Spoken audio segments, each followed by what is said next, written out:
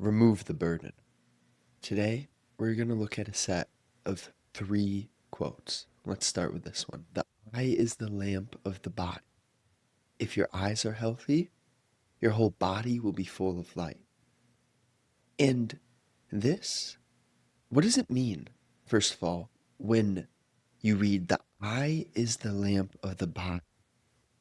Of course, it's not speaking of our two physical eyes, but the eye as in the awareness of everything that is moving under the surface, the unconscious processes that can be turned conscious. The eye of your being is a vibrational awareness. And if your eyes are healthy, your whole body will be full of light. How does light work? You take the sunglasses, you have a rose-colored lens. You shine the light through the lens. Everything from that lens outward will be the color of the lens. So the light can be distorted via the lens.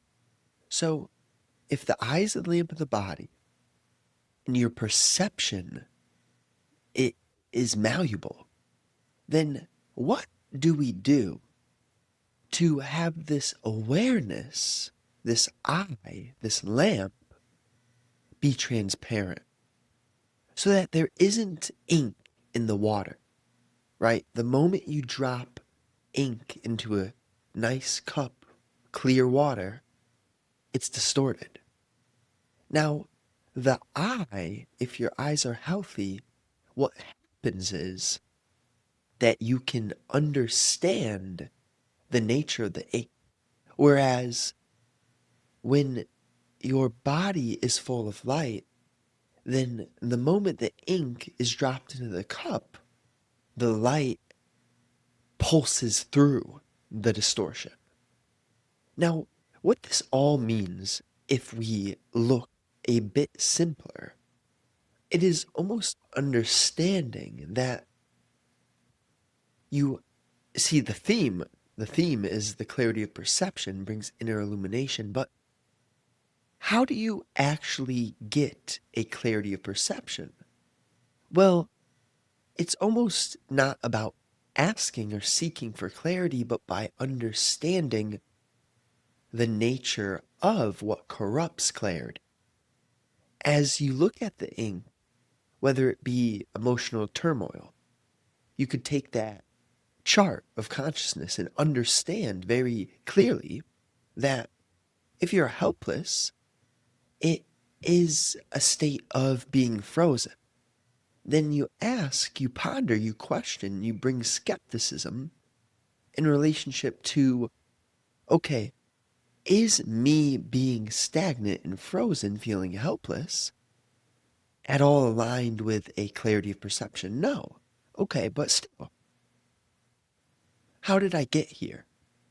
The theme of what we're employing here is a Socratic type of questioning, where when you inquire and you don't back down, then you move up the hierarchy of vibrational states. So let's say you start with apathy. What happens then when you question that sense of helplessness is you realize that you get a lot more out of life when you don't stay still in stagnation. Of course, physical stillness is another thing. I'm talking about mental complacency, right?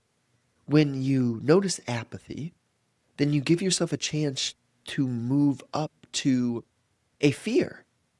A fear of, what if I don't move? What if I remain helpless for the rest of my life? Okay, that fear can at least inspire you to change. So, when you're in a place of stagnation, when your perception's clouded, we have to be extremely vulnerable and good at understanding the variables involved in how we created our current state of being. See, sometimes the states of being, we have created them by not letting go. by holding on. You know, when you look at a sense of helplessness, how would you get there? And somehow, some way, you've put yourself in that box, a box of repeating certain thought patterns and not questioning specific reactions which are expressed in the vehicle of emotion. But if you can feel your emotion as it's arising every day as you move through life, and you notice your reactions, the way that your mind transforms one thing to another thing to another thing, and you can start to see that you've moved through a bunch of states in your life. You've been free of fear. You've been free of anger. You've had moments of courage, etc. It's almost tapping into that, right, where you realize it's a choice to be what you are. The theme, mastery of inner perception leads to harmony. Confusion within leads to suffering. So, our relationship to the mind's programming is fundamental to unlearning mechanical, habitual, unconscious, perpetuated habits and wounds. And this is essentially when we look at the initial quote and it mentions the of perception. You need to do certain actions in your life to have the space to understand the mind. In this quote, the word conquered is used in relationship to mind. But is it something that we actually forcefully conquer? Not exactly. Because, and I'll give you sort of a live breakdown of using this form of awareness, where you could use the word conquer. I bring it up because it implies a form of force. Now, in life, you're definitely going to have to be aggressive to put in effort in certain points in your journey. But for the mind to really be relinquished and let go of, not resisted, for the mind to no longer be the greatest enemy, you have to understand it. And that is almost to befriend it, meaning that you are not in a battle with your mind, but you are watching the way that your mind works, not solely out of curiosity, out of seeking, not out of wanting your life to be changed, but out of a undeniable sort of meaning that you don't know exactly this contrast between awareness and mind, but you can sort of feel moments where the time-space continuum breaks, it falters. And that is when you are purely in a state where thought, sense of self, has dissipated. That is another way of saying for one who has conquered the mind. But the mind is extremely tricky, if you will. And as you walk through your journey, you're going to see that old patterns will arise and that the work is almost never ending, and it is something that you can't be wanting to finish or seeking to complete. You know, the big thing here is what can inspire you to change your relationship to the mind is the moments of harmony that you feel in your life. When you feel intense harmony, or you get hit by moments that are irrefutably powerful, it's important to create space to understand and let those moments distill into you. Because a lot of the times what will happen in your life is you'll have a moment packed with so much power and potency that you run away from it initially and you don't juice that lemon. But sometimes you got to come back around to those moments and extract the meaning from them. Because you'll see that your mind in the past, maybe in apathy, in confusion, in fear, in anger, in jealousy, will have taken an experience and painted it a certain way. But when you look at it anew, with a clear, fresh mind, you'll get these insights and epiphanies in true depth, meaning within moments that your mind had painted meaningless. And now we'll look at the Quran. Did we not expand for you your chest and remove from you your burden? Theme: divine guidance relieves inner heaviness and creates spaciousness of heart. So, how do you set yourself up for divine guidance, right? And in relationship to the quote, what is the expanding of the chest and the removal of the burden?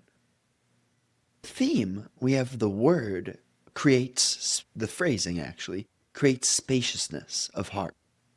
You see, spaciousness of heart is I won't say necessarily an outcome, because it's what is also necessary for divine guidance to be born.